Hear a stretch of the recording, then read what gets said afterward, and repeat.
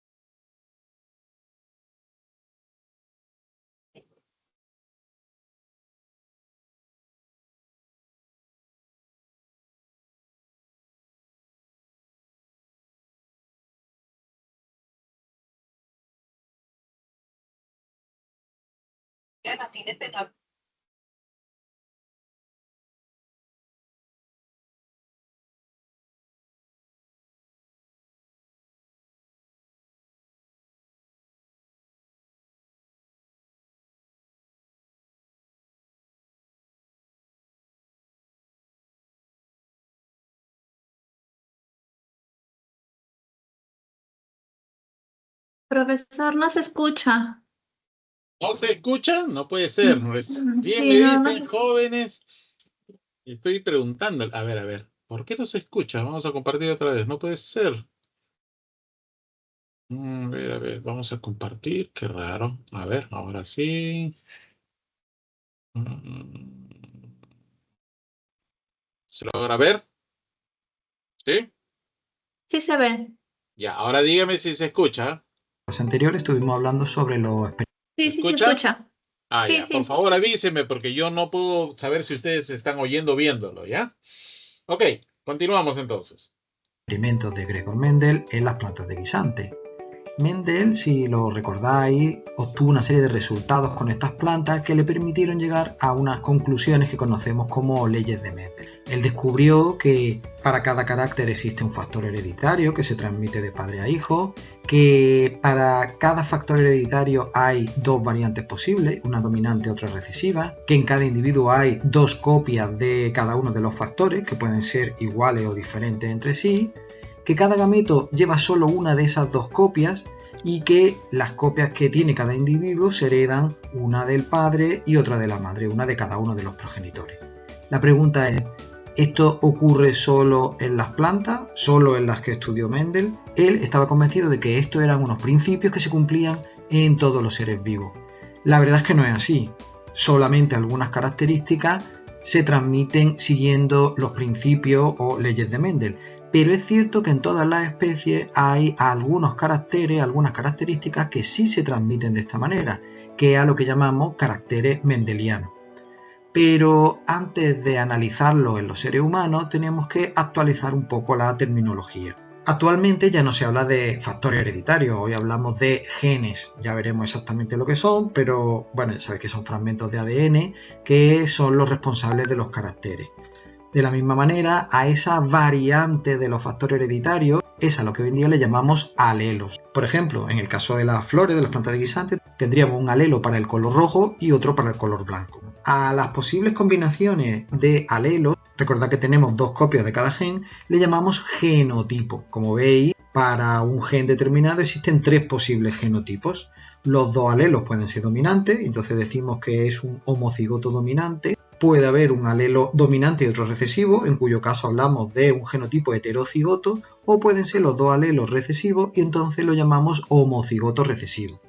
Y por último, a la expresión de ese genotipo es a lo que llamamos fenotipo. El fenotipo es la manifestación del genotipo, aunque muy importante, hay que tener en cuenta también las condiciones ambientales que pueden influir sobre las características definitivas del individuo. En definitiva, ¿qué condiciones tiene que cumplir una característica para que digamos que es un carácter mendeliano? Pues básicamente son: una, tiene que depender de un solo gen, es decir, tiene que ser un carácter monogénico. Esto no siempre es así, hay muchas características que dependen de más de un gen. Además, ese gen solamente puede presentar dos posibles alelos. Y de esos dos alelos, uno tiene que ser dominante y otro tiene que ser recesivo, con lo que eso significa, recordadlo de la clase anterior. Y bien, ¿existen características, existen caracteres que cumplan esas condiciones en el ser humano? Pues sí, hay algunos y vamos a verlo a continuación. Como caracteres mendelianos llamativos en el ser humano, es verdad que no son muchos y son algunos curiosos, pero podemos citar hacer la U con la lengua. Sí, parece un carácter con poco sentido, pero lo cierto es que hay un gen en nuestro ADN que se encarga de que podamos o no hacer la U con la lengua. ¿Y qué tenemos que saber de ese carácter? Pues para empezar, vamos a ver qué efecto tiene si tenemos el alelo dominante, qué efecto tiene el alelo recesivo y qué genotipo hay y en qué fenotipo se manifiestan. Pues bueno, para empezar, el alelo dominante es responsable de ser capaz de realizar esto, la U con la lengua. Por el contrario, el alelo recesivo hace que no seamos capaces de hacer la U con la lengua. Así que, ¿qué posibles combinaciones existen? ¿Qué posibles genotipos tenemos? Pues, por ejemplo, podemos ser homocigoto dominante, es decir, alelo dominante, en cuyo caso, como es lógico, seremos capaces de hacer la U con la lengua. Otra combinación que sería alelo dominante, alelo recesivo, es decir, heterocigoto, en ese caso también seríamos capaces de enrollar la lengua, puesto que uno de los alelos es el dominante. Y por último, la posibilidad de ser homocigoto recesivo, los dos alelos recesivos, en cuyo caso estas personas que posean este genotipo no serán capaces de hacer la U con la lengua. ¿Otro carácter de este tipo? Pues por ejemplo, el lóbulo inferior de la oreja. En este caso, el alelo dominante hace que tengamos un lóbulo inferior de la oreja separado del resto de la cara, ¿veis? Hace una curvita hasta que se une a la piel de la cara. Por el contrario, el alelo recesivo hace que nuestro lóbulo inferior sea así, como veis, fijaros, comparad la diferencia, aquí se continúa directamente con la piel del rostro.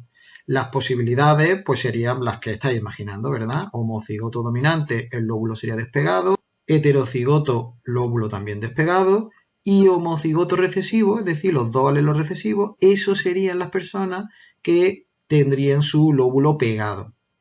¿Más posibilidades? Pues aquí lo tenemos, una cosa que se llama pico de viuda, que tiene que ver con la línea frontal del pelo. El alelo dominante hace que tengamos una línea de pelo, como estáis viendo aquí. Este piquito que se ve aquí, esto es lo que se llama pico de viuda. Por el contrario, el alelo recesivo, tenemos este resultado, es decir, la línea es recta. ¿Posibles genotipos? Esto en la mecánica siempre es igual. Homocigoto dominante sí tendría pico de viuda, heterocigoto también tendría pico de viuda y homocigoto recesivo no tendría pico de viuda. Otra característica, la longitud del dedo índice con respecto al dedo anular. Y es curioso porque es una característica que está influida por el sexo. Y eso quiere decir que el comportamiento en hombres es diferente que en mujeres. Vamos a verlo primero en hombres. Fijaros, en hombres el alelo dominante hace que el dedo índice sea más corto que el anular. Lo vemos aquí, fijaros. ¿Veis? Fijaros que el dedo índice, que sería este de aquí, el que está al lado del dedo gordo, es más corto que el dedo anular. Por el contrario, el alelo recesivo, en este caso el dedo índice, es un poquito más largo que el dedo anular.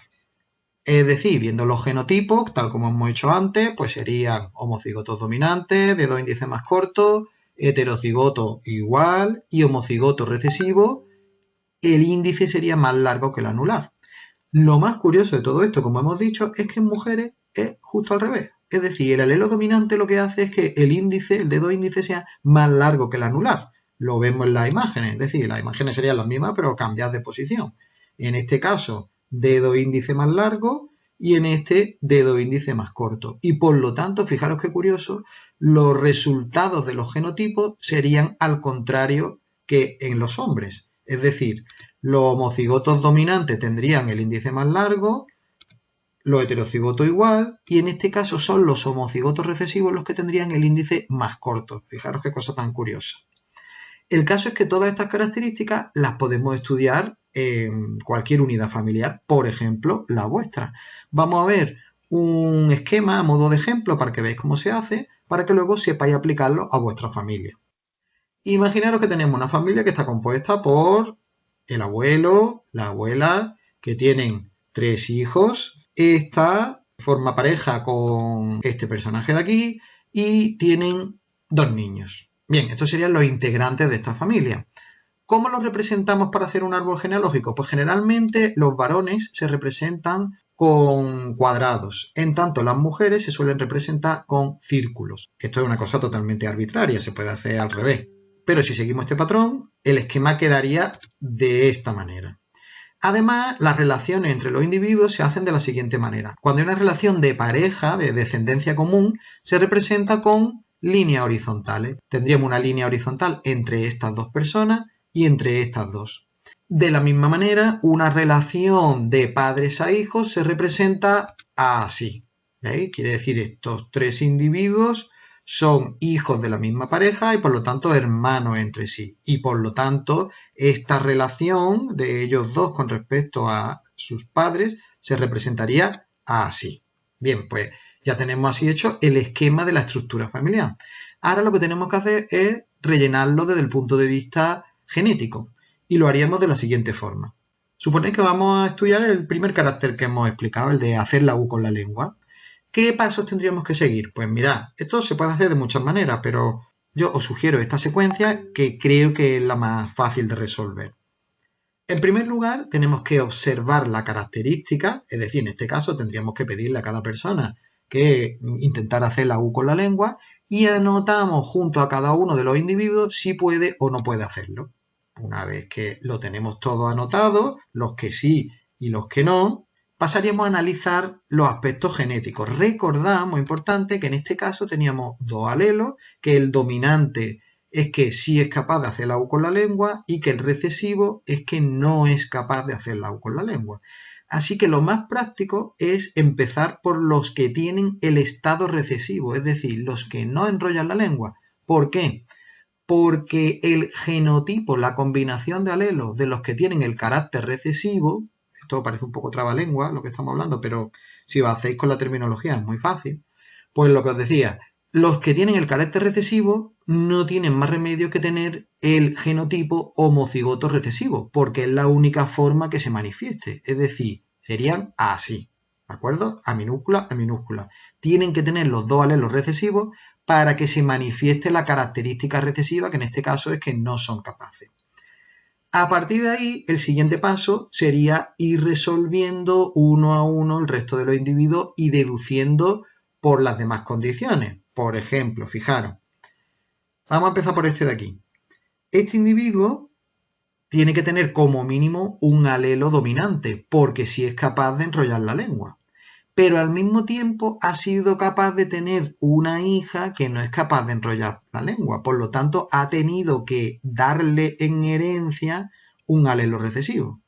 Es decir, tiene que tener alelo dominante porque enrolla la lengua, pero también tiene que tener alelo recesivo porque lo ha transmitido a uno de sus descendientes. Por lo tanto, obligatoriamente, este individuo tiene que ser A mayúscula, A minúscula, es decir, heterocigoto. ¿Cómo serían estos hijos? Pues tienen que ser también heterocigotos. Y está claro, ¿por qué? ¿Verdad? Porque, primero, si enrollan la lengua es que por lo menos tienen un alelo dominante. Pero como su madre no tiene esa capacidad y por lo tanto de ella solo han podido heredar el alelo recesivo, obligatoriamente serán A mayúscula, A minúscula, heterocigotos. El A mayúscula lo han heredado del padre y el A minúscula de la madre. Y así vamos siguiendo con todos los individuos. En este caso, por ejemplo, ocurriría igual, fijaros. Estos 2 individuos enrollan la lengua, por lo tanto tienen que tener un alelo dominante, pero a su vez han tenido que heredar un alelo recesivo de la madre, por lo tanto tienen que ser heterocigotos. El único caso que nos plantea más duda es este, porque si os dais cuenta, este podría ser tanto homocigoto dominante como heterocigoto, y ambas combinaciones son compatibles con estos 2 descendientes. Cuando eso ocurre, debemos colocar las 2 posibilidades. Bueno, pues así es como se hacen los árboles genéticos. Como veis, es bastante fácil, no siempre salen los resultados tan claros como se ven aquí. En muchos árboles genealógicos, cuando hay mucho carácter dominante y poco recesivo, pues es difícil saber exactamente el genotipo de cada individuo. Bueno, pues espero que estas explicaciones os hayan resultado claras y que os sintáis capaces de hacer acerca de la genética de las enfermedades Vamos a tocar temas como herencia autosómica dominante, autosómica recesiva, ligada al cromosoma X y ligada al ADN mitocondrial. Como introducción me gustaría mostrarles este cariotipo, que básicamente es el de un ser humano común, en el que podemos ver que tenemos 23 pares de cromosomas, aquí los pueden ver enumerados, y los primeros van a ser llamados autosómicos o somáticos, y el último par, que sería el número 23, pertenece a los cromosomas sexuales.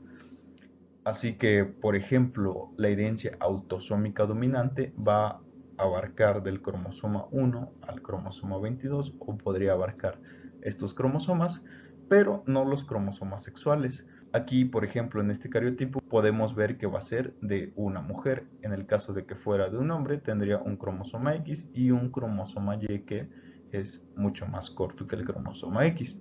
Así que, entendiendo eso, vamos a ver las enfermedades autosómicas dominantes.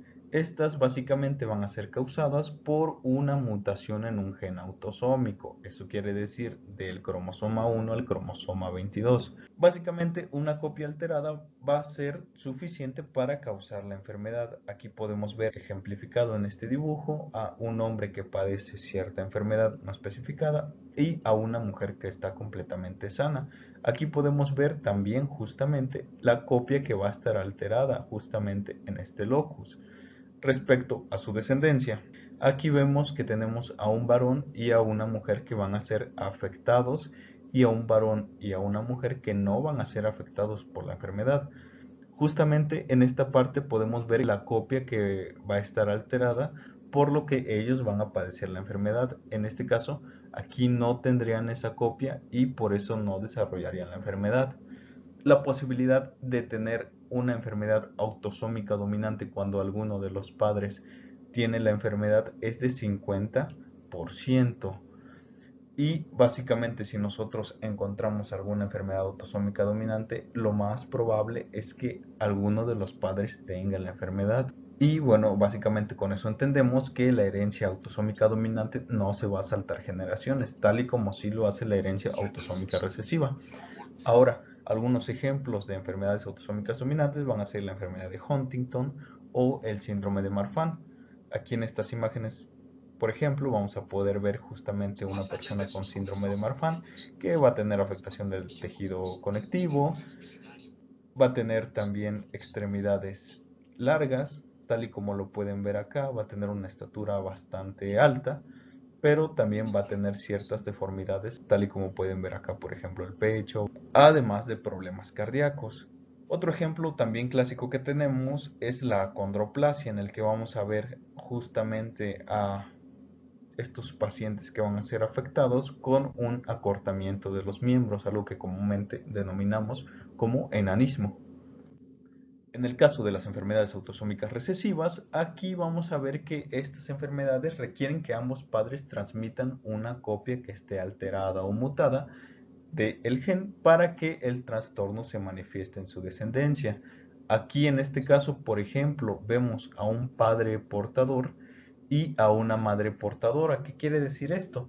Que ninguno de los dos va a tener la enfermedad, pero en su material genético sí va a tener justamente el gen mutado o la alteración.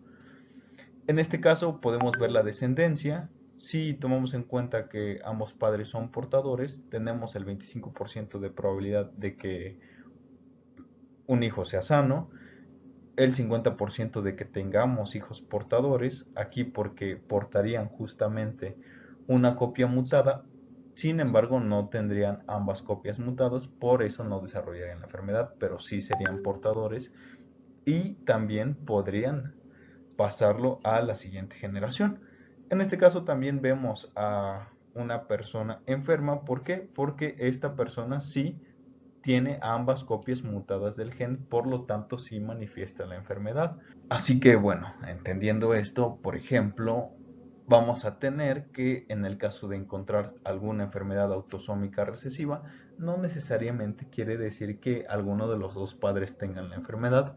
¿Por qué? Como ya lo mencionaba anteriormente, las enfermedades autosómicas recesivas sí se pueden ir brincando en generaciones. Entonces la alteración puede venir inclusive desde los abuelos. Ejemplos clásicos que tenemos de enfermedades autosómicas recesivas son el albinismo y la fibrosis quística. En este caso, por ejemplo, vemos a una niña con albinismo. Respecto a las enfermedades ligadas al cromosoma X, estas van a ser causadas por mutaciones en los genes que se van a ubicar precisamente en este cromosoma. Estas enfermedades van a afectar con mayor frecuencia a los hombres. ¿Por qué? Porque, bueno, tal y como les mencionaba anteriormente, las mujeres van a tener dos cromosomas X. En el caso de los hombres solamente van a tener un cromosoma X y un cromosoma Y más corto, que aquí lo vamos a poder ver. En este caso, por ejemplo, vemos que si nos vamos a su descendencia, aquí tenemos a una mujer con la copia del gen precisamente que viene de la madre alterado. Sin embargo, al tener un cromosoma X extra, esto la va a proteger de modo que no va a presentar síntomas. Aquí tenemos también a otra mujer que presenta el mismo caso. Tenemos el gen alterado, sin embargo, al tener una copia extra del cromosoma X, no va a ser alterada.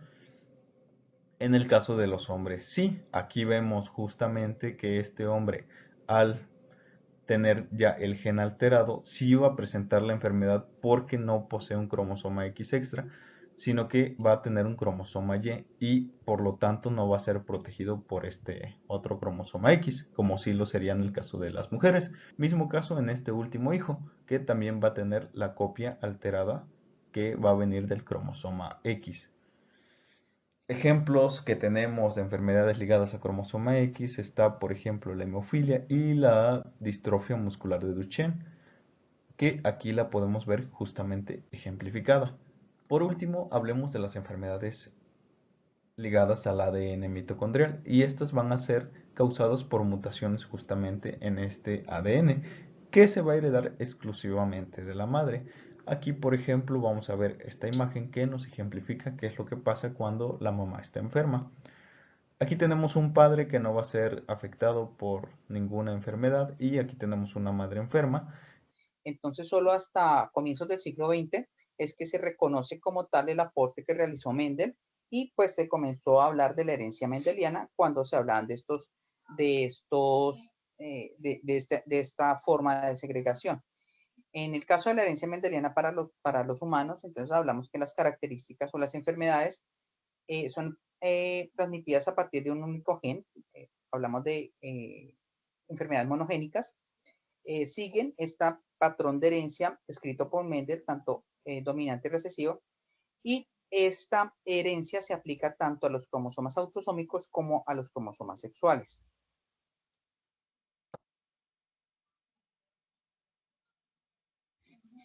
Sin embargo, pues la aplicación o el reconocimiento de que las leyes de Mendel se podían también aplicar a los humanos, tanto a las características físicas, eventualmente, como principalmente a las enfermedades.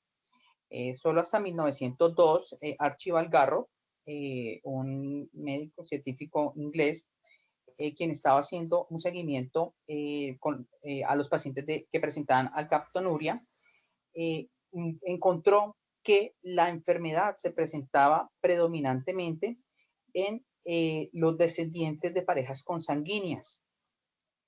De esta forma, pues él comenzó a relacionar eventualmente ese rasgo que estaba oculto o que estaba, que había desaparecido en los padres que no presentaban la patología y que volvía a aparecer en esos descendientes que presentaban la patología.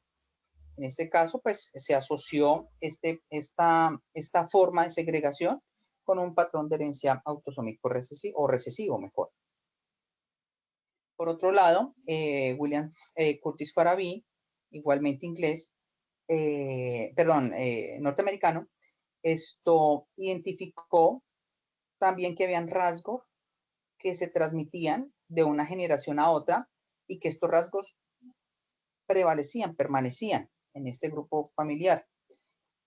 Las observaciones él las realizó en un grupo de pacientes que presentaban unas deformidades a nivel de los dedos, la braquiactilia tipo 1A. Él identificó pues que este rasgo era transmitido de padres a hijos y su compromiso pues era en muchos miembros del grupo familiar. A partir de ello, pues entonces se comenzó a estructurar y a identificar qué características debían tener o se debían identificar en cada uno de los individuos para poder asociar el cuadro que presentaba con un patrón de herencia específico. En este caso tenemos un árbol genealógico. Recordemos pues que la figura cuadrada representa al hombre, la figura redondeada o el círculo mejor representa a la mujer. Aquellos que tienen una línea diagonal representan individuos que han fallecido. Estas convenciones son las convenciones de relación conyugal.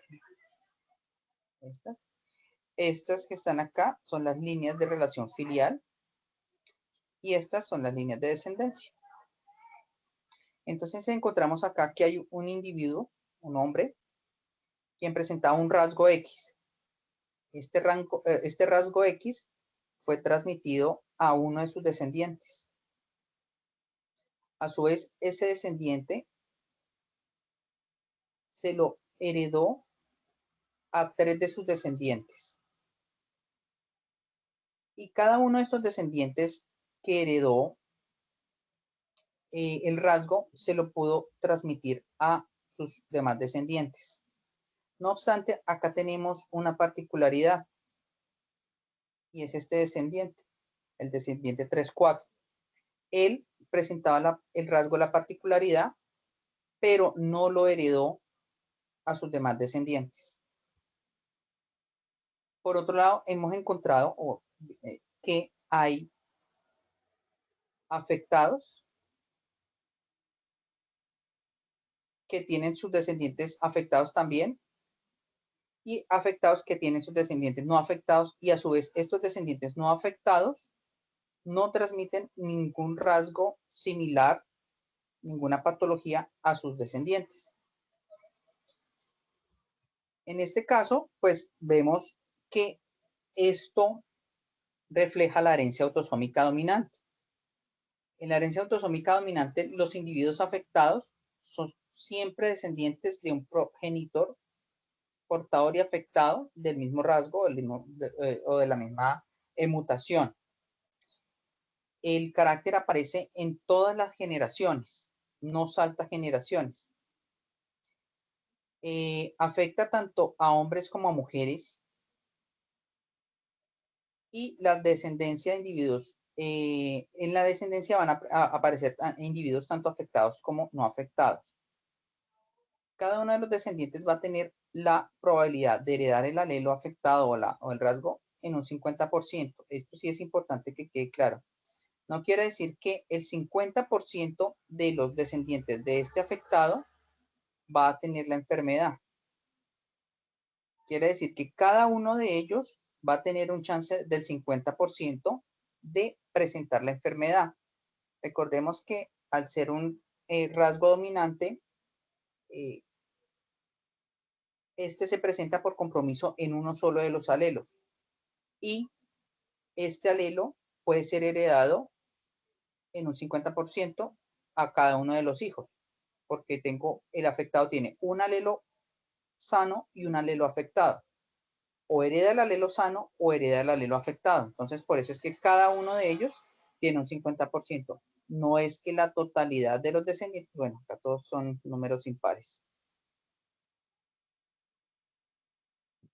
No quiere decir que si tengo 4 hijos, 2 van a heredar el rasgo y 2 no van a heredar el rasgo, no.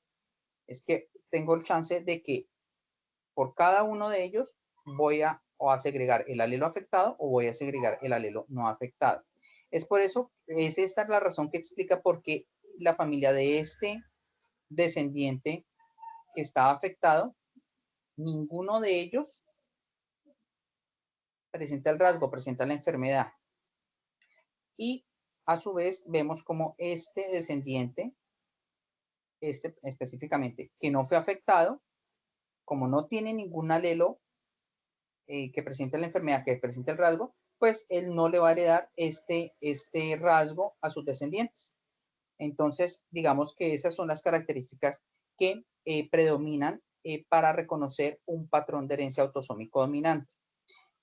Por esto es importante también tener en cuenta la parte de la construcción del árbol genealógico, que nos va a permitir identificar ese compromiso. Vemos acá, tenemos en total 5 generaciones que son representadas por estos números romanos, y cada uno de estos números arábicos representa el número de individuos. Entonces vemos que acá en virtualmente todas las generaciones hay uno o más afectados.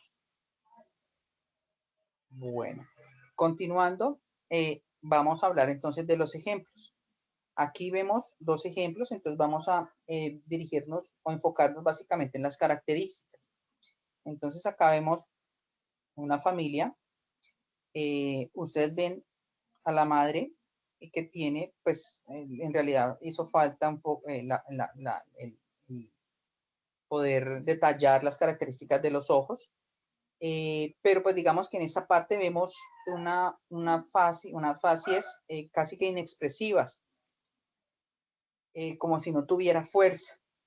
Y eventualmente estas mismas características son segregadas a sus descendientes, como si no tuviera fuerza de expresión. Por otro lado, aquí vemos un individuo con unas características, con unos rasgos, con un fenotipo bastante particular. Vemos que tiene alteraciones a nivel del pabellón auricular bilateral. Vemos que también tiene unas características particulares aquí en la región mediofacial, y su descendiente, su hija, también presenta estas mismas características. Tenemos acá un compromiso en la región mediofacial que compromete también las órbitas de los ojos, y tenemos acá un compromiso bilateral de los pabellones auriculares. Si ustedes me creen, estos dispositivos son dispositivos para amplificar el sonido, entonces esto nos indica que ellos tienen compromiso auditivo. Acá vemos a la madre de esta niña, que pues no tiene ninguna característica similar a la que presenta el padre. Entonces acá vemos que la alteración fue segregada del padre. Como vemos, en cada uno de los 2 ejemplos hay un padre que segrega la variante a su hijo, o eventualmente, si lo tomamos al contrario, este hijo afectado provino de uno de sus padres que también está afectado por la misma condición. Entonces, en el primer caso estamos hablando de la distrofia miotónica, que es una patología que se da por mutaciones en el gen de MPK. Básicamente es un tipo de mutación que se puede denominar dinámica, porque hay una expansión de unas tripletas. Básicamente es esta tripleta CTG, que normalmente debe tener una cantidad entre 5 y 34, pero que cuando se presenta la patología hay un aumento en la cantidad de tripletas. Pasa de hasta 34 a 50 o más tripletas. La patología se caracteriza básicamente por debilidad muscular en extremidades, región distal, cuello y cara.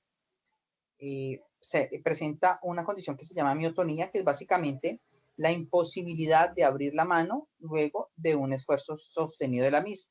Entonces, en este caso, uno le dice al paciente que apriete la mano, que cierre la mano, que la empuñe y la apriete, y que la abra de forma súbita, rápida. Y vamos a notar que ese paciente no abre la mano de forma rápida como la podríamos hacer nosotros, sino la apertura va a ser mucho más lenta. También eventualmente pueden presentar otros rasgos a nivel de otros órganos, como cataratas subcapsulares, y podemos encontrar también malformaciones posicionales, insuficiencia respiratoria. Sin embargo, esto hace parte de todo el espectro fenotípico muscular. Por otro lado, el otro caso hacía referencia al síndrome de Treacher-Collins. Es básicamente una patología que compromete el macizo facial. Puede presentarse de forma heterocigota, como vemos acá, en el 97% de los casos. Entonces, en este caso presenta un patrón de herencia autosómico dominante. Ustedes ven acá que habla que hasta el 3% de los casos se presentan como mutaciones bialélicas. Eventualmente, esta misma condición se puede identificar con un patrón de herencia autosómico recesivo. ¿Listo? En el caso de los rasgos que son transmitidos con un patrón de herencia autosómico dominante, afecta principalmente estos 3 genes.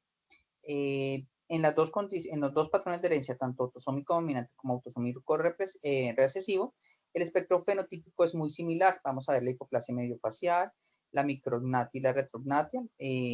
Pues en la niña no es muy evidente, pero eventualmente en el padre sí. Asociado pues a niveles, anormalidades a nivel del oído externo, lo que describíamos, una microtia, que es esta condición, asociada a coloboma. Acá pues evidenciamos compromiso a nivel auditivo principalmente, oftalmológico, lo mismo que ausencia de pestañas, la hipoacusia conductiva, que pues la identificamos en este ejemplo, y vemos una hipoplasia de largo cigomático, lo que hablábamos de la hipoplasia mediofacial, que compromete también el piso de la órbita. Continuando, entonces vamos nuevamente a tener en cuenta el árbol genealógico. Acá tenemos 2 ejemplos. Este es un ejemplo antiguo, las convenciones pues no son las vigentes. Acá vemos un ejemplo más reciente. Nuevamente, los cuadrados representan a los hombres, los círculos representan a las mujeres. Acá vemos varias cositas. La primera, acá hay una doble línea. Esta doble línea en una relación parental nos hace referencia a que hay consanguinidad. ¿Listo? Entonces acá vemos que esa consanguinidad viene de estos padres. Estos dos son hermanos entre sí y vemos que estos dos eventualmente serían primos. Cuando vemos un círculo o un cuadrado completamente coloreado, sombreado, hacemos referencia a que se está presentando la característica puntual, se está presentando la enfermedad, en este caso estamos hablando de una enfermedad. Y cuando vemos esta flechita, hacemos referencia a que estamos analizando todo a partir de este individuo, o sea, este individuo es nuestro probando o nuestro paciente. Entonces, en este caso, vemos que, en primer lugar, tenemos 2 afectados únicamente. Estos 2 afectados hacen parte de una misma generación y eventualmente de una misma hermandad. Y como rasgo particular, pues vemos que, o como característica particular, vemos que hay una consanguinidad entre los padres. Vemos que los padres están sanos, no están completamente sombreados sus figuras que los representan, pero sí tienen un punto en el centro. Este otro ejemplo, pues muestra que acá hay 2 afectados, al igual que en este caso, estos 2 afectados pertenecen a una misma generación y son miembros de la misma hermandad.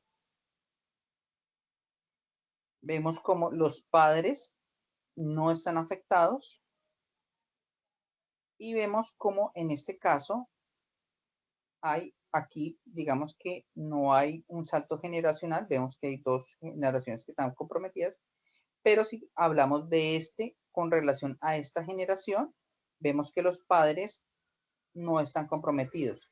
Y acá en este ejemplo podemos identificar la presencia de consanguinidad. Estas son las características que hay que tener en cuenta para cuando realizamos el abordaje de una patología autosómica recesiva. O mejor, a partir de estas características podemos identificar que un rasgo o una patología pudiera tener o exhibir un patrón de herencia autosómico recesivo.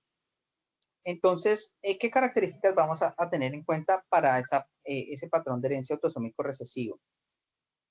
Entonces, dado que el gen afectado se presenta en los 22 pares de autosomas, la patología puede afectar con igual posibilidad tanto a hombres como a mujeres. La segunda característica que vamos a tener en cuenta es que para que un individuo esté afectado por la enfermedad, debe haber heredado el alelo afectado tanto del padre como de la madre. Lo siguiente que vimos también en el árbol genealógico es que no todas las generaciones en la familia están afectadas y que cada una de las personas afectadas tiene unos progenitores sanos. Si tenemos en cuenta esto, vamos a hablar que estos progenitores sanos, cada uno de ellos va a aportar un alelo afectado y ellos son denominados portadores sanos. Portadores porque portan el alelo, pero sanos porque no manifiestan la enfermedad. Cuando tenemos una unión de dos portadores, vamos a tener siempre que hay un 50% de probabilidad de que los descendientes porten la enfermedad únicamente. Tenemos un 25% de probabilidad de heredar las dos copias, o sea, un alelo del padre y un alelo de la madre del gen afectado y desarrollar la enfermedad. Y tenemos igualmente un 25% de heredar las dos copias o los dos alelos normales y no ser portador de la enfermedad ni desarrollar la enfermedad. Y como vemos, hay una mayor frecuencia de este tipo de patologías en uniones consanguíneas, sea por causas religiosas, sea por localización geográfica. Y una de las características, bueno, vamos a tener en cuenta dos características para poder identificar la herencia autosómica recesiva. La primera, obviamente, pues es la consanguinidad. Esa consanguinidad la podemos identificar, en primer lugar, porque los consultantes o los padres del paciente nos refieren que tienen un parentesco, un vínculo familiar, o eventualmente a través de los apellidos. Hay que tener en cuenta pues que hay apellidos bastante frecuentes en la población y que estos apellidos provienen de descendientes de diferentes localizaciones. Entonces, básicamente la memotecnia es que entre más raro sea el apellido, mayor es la posibilidad de que esos dos individuos tengan un parentesco.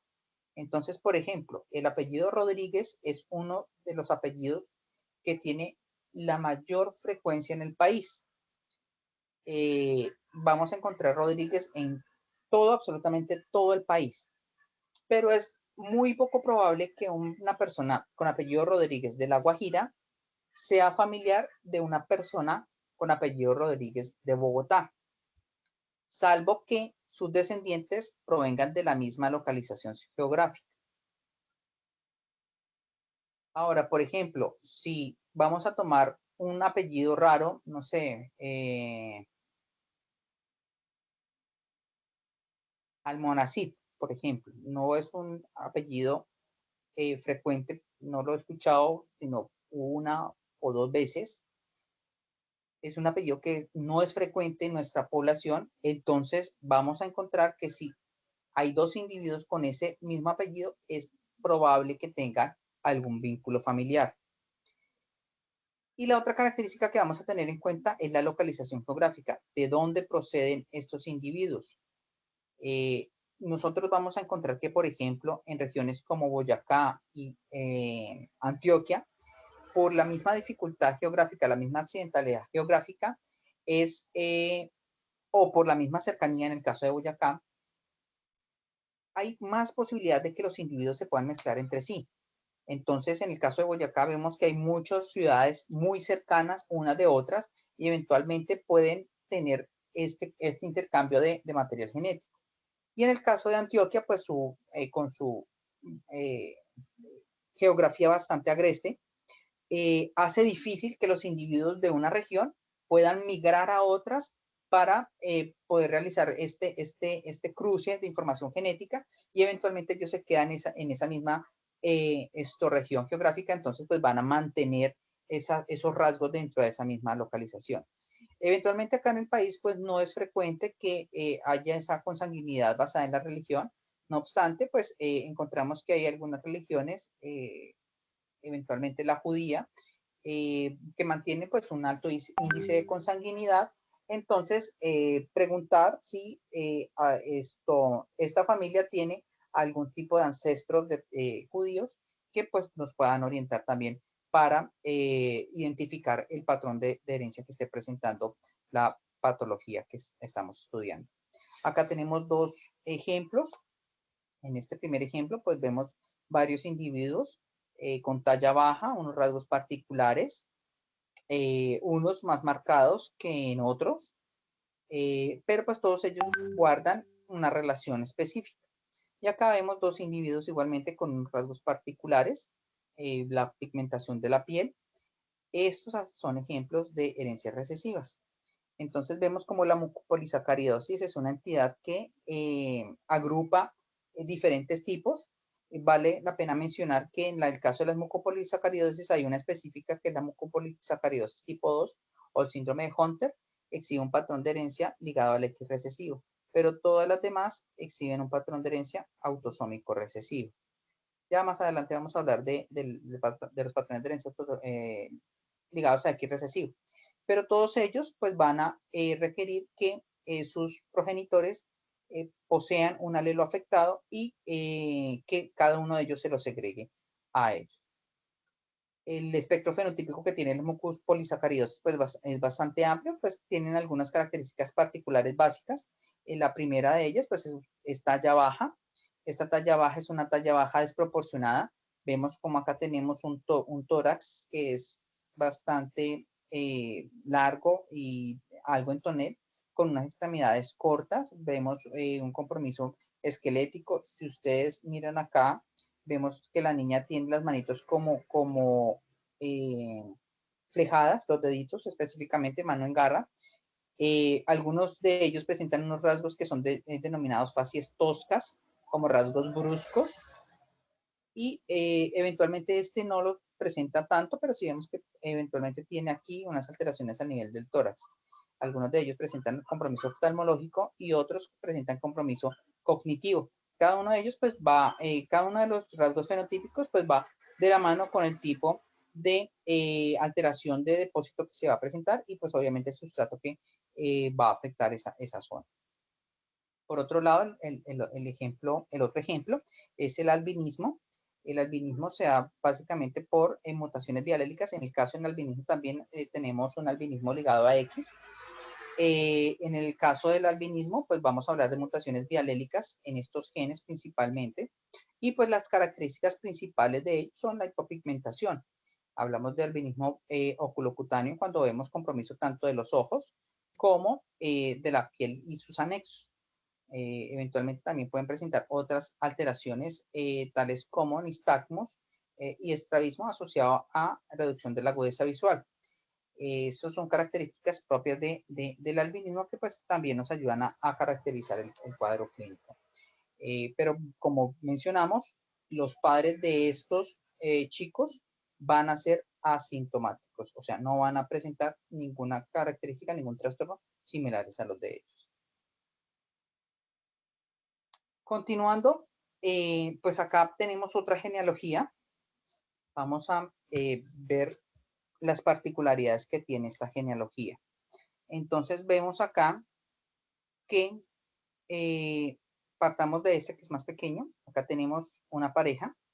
De esta pareja, la mujer tiene una condición y esta condición es segregada a sus 3 hijos. De sus 3 hijos, hay uno, que es este hombre, se casa y tiene a su vez 3 hijos, perdón. De estos 3 hijos, solo 2 presentan el rasgo. Y de estos 2 hijos, afectados, uno, que es una mujer, se casa y tiene 5 hijos, y de estos 5 hijos, 4 tienen el rasgo. Entonces, como vemos, esto nos traslada un poco a la herencia autosómica recesiva. Vemos individuos afectados, tanto mujeres como hombres, vemos afectados en todas las generaciones, y vemos que para que haya un individuo afectado, siempre el ancestro, uno de sus padres, va a estar afectado. Acá nuevamente vemos cómo una madre segrega la alteración a sus dos descendientes. De ellos, uno de estos descendientes se casa, tiene también sus hijos a la vez. Vemos que acá hay 6 hijos, de ellos solo 2 heredaron el rasgo. De estos 2 hay una que se casa, tiene 4 hijos. De estos 4 hijos hay uno que se casa y a su vez tiene también 4 descendientes, 2 de ellos afectados. De la misma forma vemos que hay uno que está, siempre que hay uno afectado, su padre o su madre estaban afectados. Vemos también que compromete todas las generaciones. Vemos que hay afectados tanto hombres como mujeres y eventualmente vemos que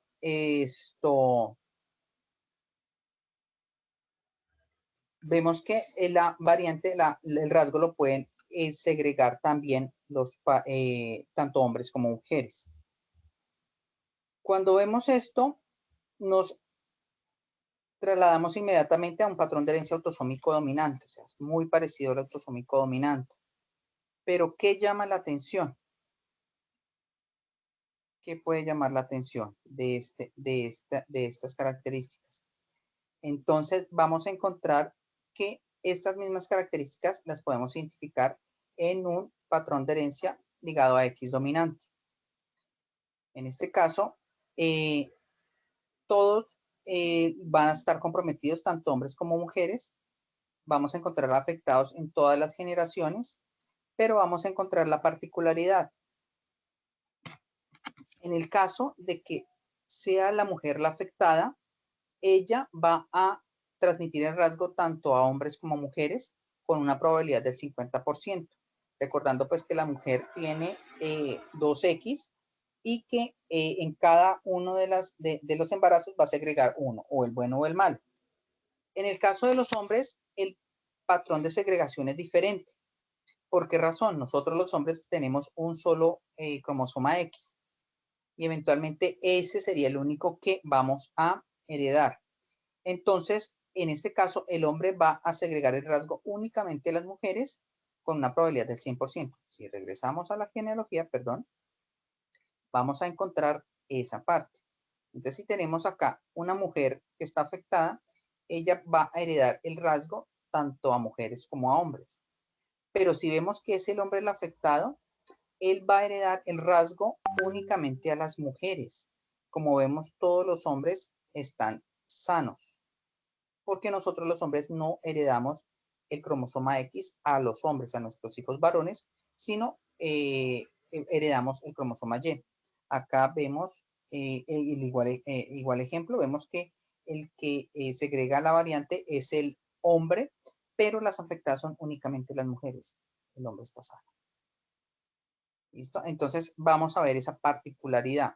Si vemos una familia donde se encuentra todos afectados, tanto hombres como mujeres, en varias generaciones, y encontramos que cuando el afectado es el hombre, solo las mujeres, las hijas, las descendientes de este individuo afectado son las afectadas y los varones no, podemos comenzar a pensar en un patrón de herencia ligado a X dominante.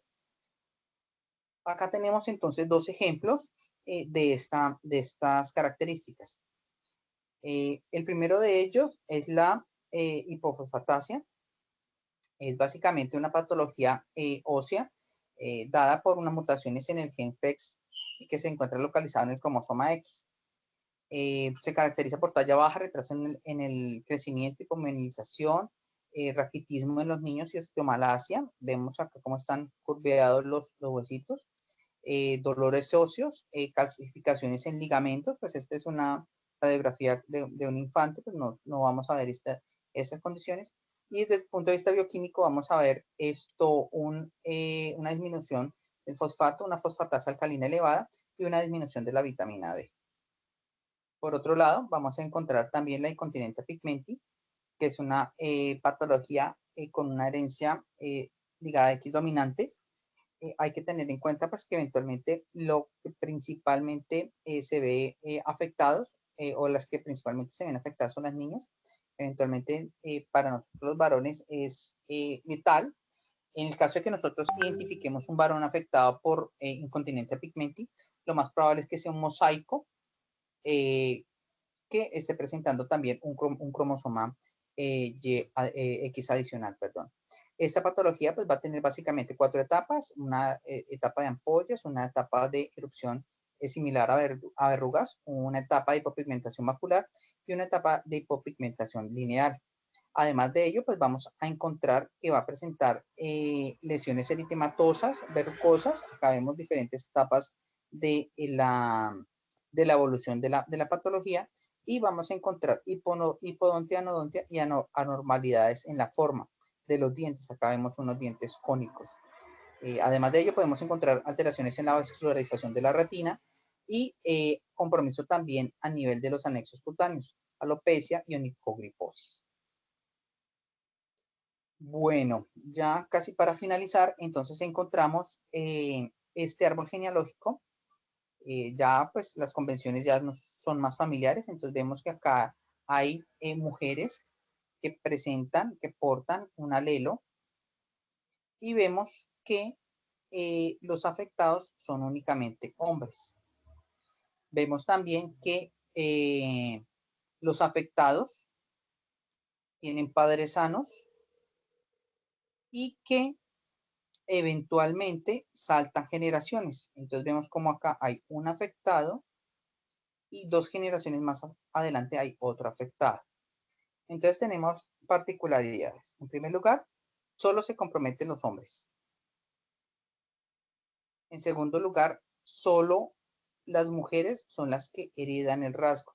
Si vemos acá, el hombre no va a heredar ningún rasgo. Y en el caso de este hombre que está afectado, él heredó el rasgo únicamente a las mujeres. Los hombres no están afectados. En este caso estamos hablando de la herencia ligada a X recesivo. En ella los individuos afectados generalmente son descendientes de progenitores sanos, como vemos en la herencia autosómica recesiva. También vemos la particularidad que la familia paterna, todos los individuos son sanos, y en el caso de la familia materna vamos a encontrar afectados, pero esos afectados son varones. ¿Listo? Pueden ser o los mismos hermanos de la madre o eventualmente otros familiares, primos, tíos, etc. Y como mencionamos previamente, los afectados son predominantemente varones. Acá tenemos 2 ejemplos. El primer ejemplo, pues tenemos acá una foto del zar de Rusia con su hijo. Esta es una de las familias, pues, digamos, más conocidas, afectadas por una patología genética. La patología genética, pues, es la hemofilia. La hemofilia, básicamente, pues, es un trastorno de la coagulación que está dado por mutaciones en los genes del factor 8 y del factor 9. Vamos a encontrar que pues tiene unos grados de severidad de acuerdo pues a la actividad de cada uno de los factores y va a presentar una sintomatología, hemartrosis, hematomas en los músculos profundos. Eventualmente es frecuente que una persona cuando se golpee un músculo, digamos, superficial, se puedan presentar hematomas, pero pues en los músculos profundos no. Entonces vamos a encontrar, por ejemplo, individuos con hematomas en el psoas. En el psoas, pues cuando uno se golpea, espera que no vaya a tener ningún tipo de trauma, pero pues vamos a encontrar acá. Vamos a encontrar también que los individuos cuando presentan una herida, el sangrado va a ser prolongado de difícil control. Puede presentar hematurias sin ninguna etiología. En el caso de las mujeres, eventualmente van a presentar metrorragias.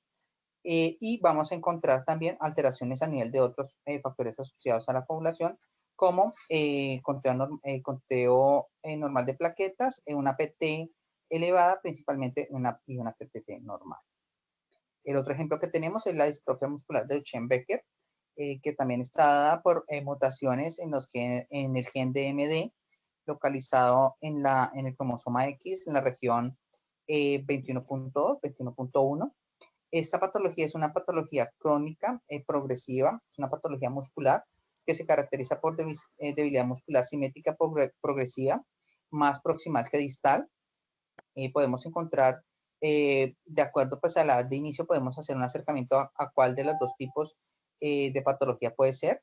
Si tenemos un desarrollo de la sintomatología antes de los 5 años, lo más probable es que se trate de una distrofia muscular de Duchenne. y si la patología se presenta alrededor de los 10 años o un poquito antes de los 10 años, puede tratarse una distrofia muscular de Becker. La rasgo desde el punto de vista bioquímico es la elevación del CPK, de la CPK. En el caso de la distrofia muscular de Duchenne podemos encontrar hasta 10 veces una magnitud de 10 elevado, esos niveles de CPK. Y en el caso de la distrofia muscular de Becker vamos a encontrar hasta 5 veces. Además de los músculos esqueléticos, vamos a encontrar también que podemos identificar alteraciones a nivel del músculo cardíaco, y por el mismo compromiso muscular podemos encontrar alteraciones o desórdenes esqueléticos, contracturas de flexión que eventualmente pueden ser evidenciadas en este ejemplo, y podemos encontrar una característica que es la pseudohipertrofia de pantorrillas. Hay que tener en cuenta que esta característica no es que los músculos se están aumentando o se están volviendo más grandes, sino este fenómeno ocurre por un reemplazo al tejido muscular dañado por el tejido fibrótico. Eventualmente los niños recién nacidos pueden presentar hipotonía, que se puede identificar hiporreflexia, y ya en los niños que están caminando y que van a comenzar a tener es la aparición de esta sintomatología muscular, vamos a tener un signo de Gowers positivo. En una proporción baja se identifica también retraso mental.